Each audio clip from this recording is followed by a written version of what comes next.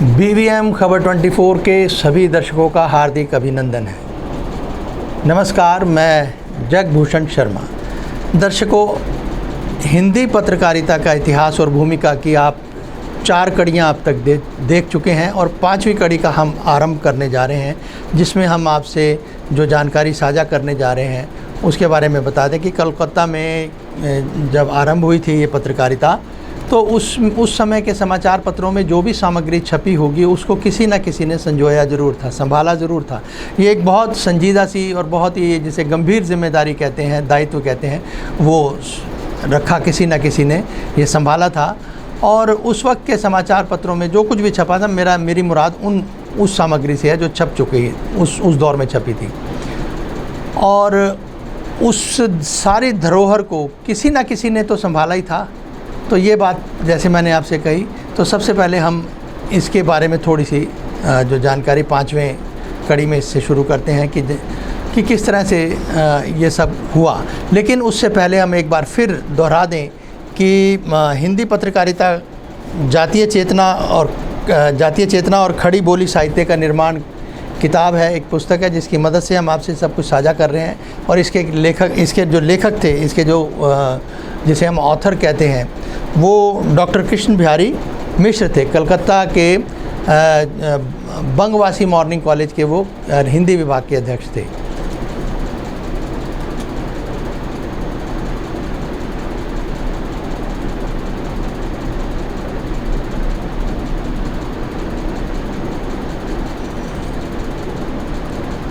अब बात करते हैं कि सबसे बड़ी जिम्मेदारी जो ये पत्रकारों को और जो पत्रों में छपा वो थी, जो सबसे बड़ी जिम्मेदारी थी उस दौर के पत्रकारों की और पत्रों की, मेरा मतलब ये है, तो वो ये थी कि आपको बता दें कि राष्ट्रीय दृष्टि से अगर हम समझते हैं तो सांस्कृतिक जो आंदोलन हुआ उस वक्त, क्योंकि राजा राम मोहन राय थे, ये वो थे जिन्होंने भारत में आधुनिकता के वो अग्रदूत कहलाए और आधुनिकता के जनक भी कहलाए हैं।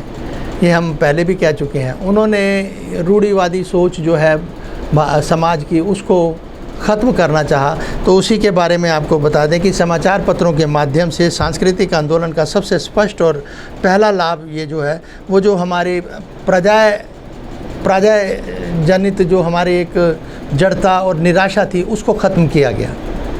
होता है ना कि भाई 1857 का युद्ध हम हार गए थे, वो स्वतंत्रता के लिए हम लड़ रहे थे, वो हार गए थे, एक निराशा होती है। तो निराशा को जागृत करने का जो सबसे पहला काम हुआ वो इन्हीं पत्रों के माध्यम से हुआ। और तत्कालीन पत्रकारों ने किया, उनमें बड़े बड़े नाम हम पहले भी बता चुके हैं और आगे भी रिपीट करेंगे। और अब एक और जो, क्योंकि इसमें अब 6ठी कड़ी में हम जो शुरू करेंगे ना, हम आपको बता दें तो 6ठी कड़ी में आपको राष्ट्रीयता के जो एक विश्वास है और हिंदी पत्रकारिता का दौर है, उसका हम जिक्र करेंगे। और उसमें अब जब पत्रकारिता में विश्वास की बात करते हैं तो उस दौर में भी एक निराशा बहुत भारी थी। भारतेंदु के दौर का बात करेंगे तो 1877 से 1880 तक लगातार 3 पेपर वो छपे, उसमें वो नाम हम आपको बताएंगे। तो ये एक 2 लाइनों का एक दोहा कह लो या 2 पंक्तियां कह लो उस दौर में आई।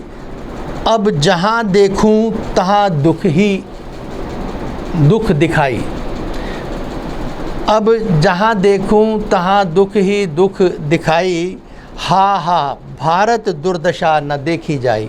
ये उस वक्त की 2 पंक्तियां हैं। और आज भी अगर हम पत्रकारिता को देखते हैं तो पत्रकारिता का जिस तरह से जो रुख हमारे सामने आ रहा है, इसको भी हमें समझना होगा कि भारतेंदु के दौर से और अब तक के दौर में क्या विशेष अंतर आया, तो आया क्या।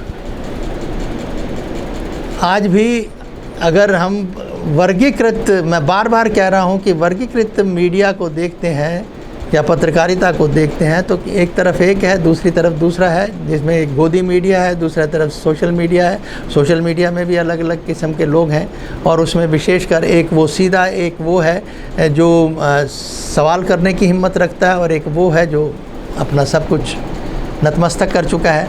तो ये स्थिति हमारे सामने है। तो 2 पंक्तियाँ आज ये कितनी संदर्भित, उस वक्त की 2 पंक्तियाँ आज खुद आप अपने चिंतन मनन से कर सकते हैं कि अब जहाँ देखूँ तहाँ दुख ही दुख दिखाई, हाँ हाँ भारत दुर्दशा न देखी जाए। ये उस दौर की पंक्तियाँ हैं और आज खुद आप कंपेयर कर लेना, तुलना कर लेना कि अगर पत्रकारिता के दृष्टिकोण से क्या चल रहा है। ठीक है जी। तो सबसे जो विचारणीय बात है, पत्रकारिता को समझना, पत्रकारिता करना। ये ऐसा नहीं है कि जो मुंह उठाया जैसा चाहे चल दिए और जो थोड़ा बहुत अपने नेताओं से यारी दोस्ती रख ली है, दुआ सलाम हो गई। ये पत्रकारिता का नाम नहीं है, ना पत्रकारिता का ये अस्तित्व है। अच्छे संबंध सबसे रखो, प्रशासन से भी रखो, उनके भी रखो, लेकिन अपना जो अच्छा काम है उसे तो ना छोड़ो भाई। और अच्छा काम यही है कि आप भरसक प्रयास से कोशिश करो, तथ्य आधारित सच है जो वो आप जनता समाज में साझा करो। कौन कर रहा है, क्या कर रहा है, ये आप जानो। हम किसी को ना कटाक्ष कर रहे हैं, ना हमारा कोई मतलब है, लेकिन हम आपको सिर्फ इतना बता रहे हैं कि इस पत्रकारिता का संजीदा जो बहुत सीरियस दायित्व है उसको आप समझने की कोशिश करें। बहुत बड़ी क्रांति ला सकता है ये जो हमारा कार्य क्षेत्र है पत्रकारिता का। लेकिन ज़रूरी बात, उसकी कुछ ज़रूरी शर्तें हैं। मैं जो जर्नलिज़म के एलिमेंट्स हैं इस पे भी हम बात करेंगे, मेरे पास एक किताब रखी है उस पे भी हम चर्चा करेंगे। लेकिन पहले समझ तो लें कि हिंदी में पत्रकारिता कब शुरू हुई, 1826 में, और अंग्रेज़ी में हुई वो ये 1780 में जेम्स ऑगस्ट हिकी ने एक बंगाल गजट छापा था। ये हम पहले भी कह चुके हैं, अब कह रहे हैं, 5वें एपिसोड में भी कह रहे हैं। आगे जो हम बात करेंगे ना तो वो आपसे करेंगे राष्ट्र जो भारतेंदु दौर के पत्रकारिता की, वो हिंदी पत्रकारिता का दूसरा दौर होगा। ठीक है जी। तो उसमें हम जो अखबारें छपी थी उसका हम आपसे बता दें कि सांस्कृतिक आंदोलन की हमने आपसे बात कर ही दी है कि किस तरह से इसका लाभ क्या होता है।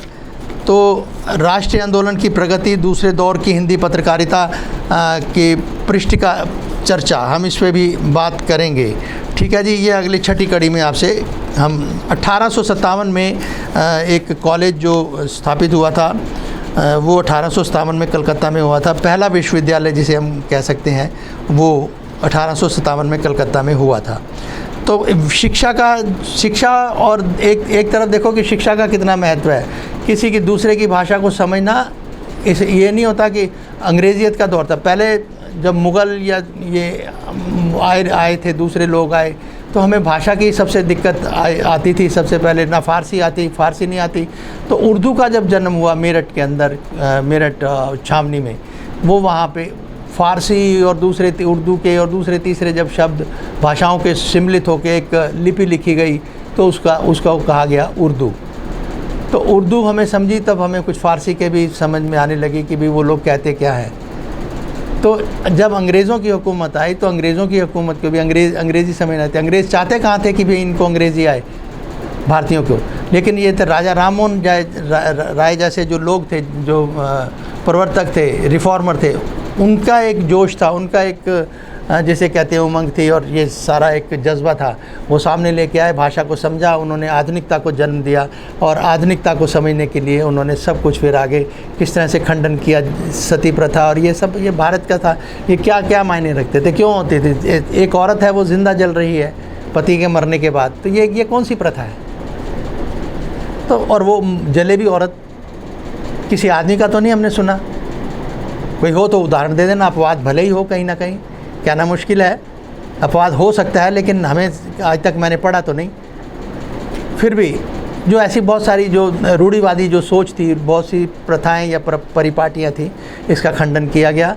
तो दोस्तों, हिंदी पत्रकारिता के दायित्व को हमने समझा कि किस तरह से शुरू हुई। अब दूसरी जो इसके दौर की, वो छठी कड़ी होगी, उसमें हम आपके समक्ष रखेंगे कि भारतेंदु के दौर में किस तरह से 3 पेपर जो छपे थे उनका क्या उद्देश्य रहा और कौन कौन से थे। तो फिलहाल आज की कड़ी में इतना ही, फिर मिलेंगे। नमस्कार।